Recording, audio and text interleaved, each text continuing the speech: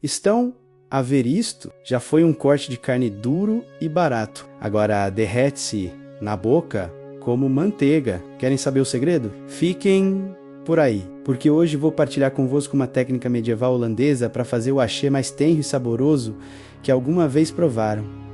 Vamos transformar o básico em sublime. Olá a todos e bem-vindos de volta ao The Healthy Gourmand. Hoje vamos fazer uma viagem no tempo e no sabor que nos vai levar diretamente para as cozinhas da Holanda. Vamos preparar haché, um prato que é a pura alma da comida de conforto holandesa. O nome haché vem da palavra francesa hacher, que significa picar ou cortar, o que nos dá uma pista sobre as suas origens humildes. Este prato nasceu na Idade Média, não nas cozinhas da realeza, mas como uma solução genial dos camponeses para transformar sobras de carne em algo delicioso. Eles descobriram que, com tempo, paciência e alguns ingredientes-chave, podiam transformar os cortes mais duros numa refeição de chorar por mais. E o segredo: um banho lento num molho ácido e aromático que amacia a carne a um ponto que parece mentira. É um clássico absoluto nos meses frios na Holanda, quase um abraço numa tigela. E hoje vou partilhar todos os truques para que o vosso fique perfeito. Ok, antes de ligarmos o fogão, vamos falar dos nossos protagonistas. Cada um deles tem um papel vital para criar aquele sabor complexo e rico do haché.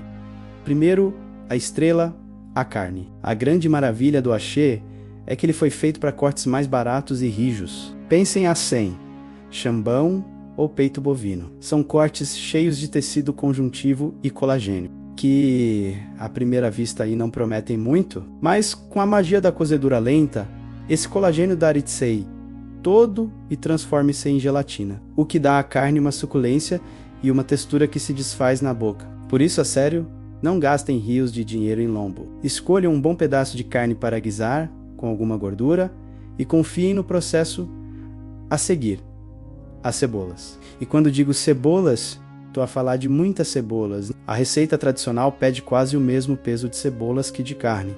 E não me enganei a escrever. Pode parecer um exagero quando as estamos a cortar, mas elas vão cozinhar lentamente até ficarem doces, caramelizadas e praticamente se dissolver no molho, criando aquela base aveludada e adocicada que é a imagem de marca do haché. Depois, o nosso elemento ácido, o grande truque medieval para amaciar a carne. Vamos a vinagre. Tradicionalmente seria de vinho tinto ou de cidra. O ácido não só ajuda a quebrar as fibras da carne durante a cozedura longa, como também dá aquele toque picante, brilhante, que corta a gordura e equilibra todos os sabores na perfeição. E para o perfume, as especiarias que contam a história do Império Colonial holandês, folhas de louro e cravinho. Estas especiarias chegaram à Holanda através das rotas comerciais e foram logo adotadas pela cozinha local, dando um calor e um aroma exótico que distingue o haché de outros guisados europeus. Por fim, os líquidos, um bom caldo de carne que vai ser a alma do nosso molho, e manteiga e óleo para cozinhar. A manteiga em particular é muito holandesa e vai ajudar a criar uma caramelização incrível, tanto na carne como nas cebolas. Mãos à obra. Primeiro vamos tratar da carne e das cebolas. Peguem na carne e cortem-na em cubos de uns 3 a 4 centímetros. Não os cortem muito pequenos, porque queremos que eles se mantenham inteiros durante a cozedura. Depois de cortar, o passo mais crítico: sequem muito bem cada pedaço de carne com papel de cozinha, completamente secos. A umidade é a maior inimiga de uma boa selagem. Se a carne estiver molhada, ela vai cozer em vez de dourar. E nós queremos mesmo aquela crosta cheia de sabor. Depois de secos, temperem generosamente com sal e pimenta preta acabada de moer. Agora, as cebolas, cortem-nas ao meio e depois em meias luas fininhas. Preparem-se para chorar um bocadinho, mas pensem no sabor incrível que elas vão largar. Ter tudo preparado e a mão menos a nossa mise en place torna o resto do processo muito mais tranquilo. Com tudo pronto, vamos para o fogão. A panela ideal para isto é uma de ferro fundido e pesada, um Dutch-oven, porque retém e distribui o calor de forma espetacular. Aqueçam a panela em lume médio alto, deitem um bom bocado de manteiga e um fio de óleo para a manteiga não queimar. Quando a manteiga parar de espumar e começar a cheirar a frutos secos, tá na hora de selar a carne. E atenção a esta dica: não encham a panela, trabalhem por lotes. Coloquem os cubos de carne numa só camada, com espaço entre eles. Se amontoarem a carne, a temperatura da panela baixa e a carne começa a libertar água, cozendo em vez de dourar. O que queremos ouvir é aquele ti de carne a fritar. Deixem cada pedaço ganhar uma crosta bem escura e caramelizada de todos os lados antes de o tirarem para um prato. Este processo, a reação de melar, não é só para dar cor, é para criar camadas e camadas de sabor. Repitam até toda a carne estar selada e ponham-na de lado. E nem pensem em limpar a panela. Aqueles pedacinhos queimados agarrados ao fundo são ouro puro.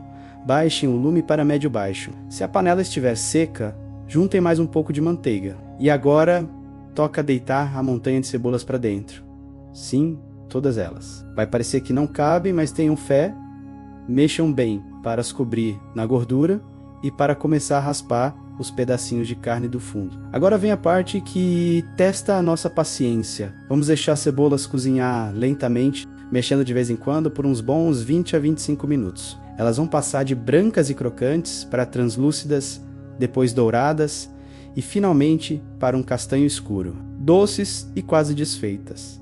Não tentem acelerar isto. É esta caramelização lenta que transforma o sabor forte da cebola crua num doce profundo e complexo que é a base do nosso molho. Quando as cebolas estiverem bem caramelizadas e a cozinha cheirar paraíso, é hora de juntar tudo. Deitem a carne selada e todos os sucos que ela largou no prato de volta para a panela, por cima das cebolas. Agora, as especiarias, adicionem as folhas de louro e os cravinhos. Um truque útil é espetar os cravinhos numa cebola ou matchcloth num saquinho de guês para ser mais fácil de os pescar no final. Deitem o vinagre e mexam, raspando bem o fundo da panela para soltar todos aqueles tesouros de sabor. Deixem o vinagre ferver por 1 minuto para o cheiro mais intenso evaporar. Por fim, juntem o caldo de carne só o suficiente para quase cobrir a carne.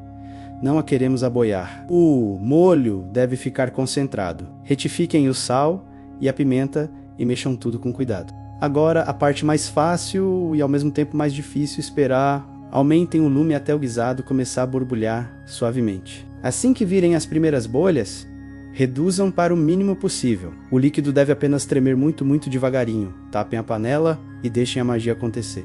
O hache precisa de no mínimo 2,5 a 3 horas. É este tempo, longo e lento, que vai transformar a carne dura naquela textura inacreditável. Deem uma espreitadela de vez em quando e mexam suavemente para garantir que nada se agarra ao fundo.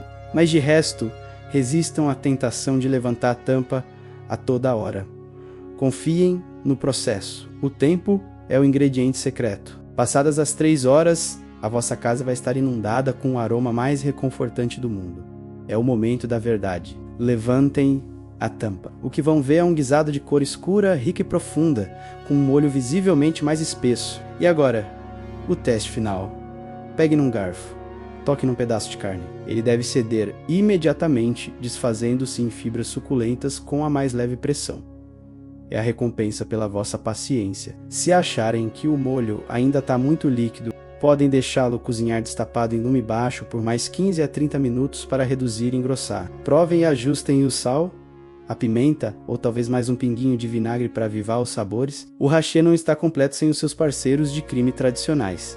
O par clássico é um puré de batata cremoso. E os holandeses têm uma maneira especial de o servir. Fazem um pequeno buraco no meio do puré, um cautié e enchem-no com um molho rico do hache.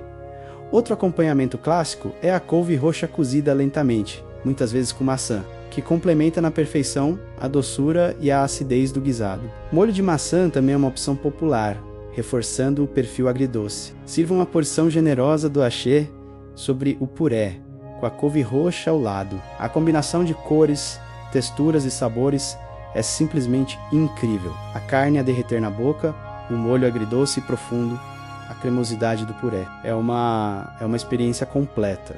E aqui tem hache, mais do que um guisado, é um pedaço de história e cultura holandesa no vosso prato.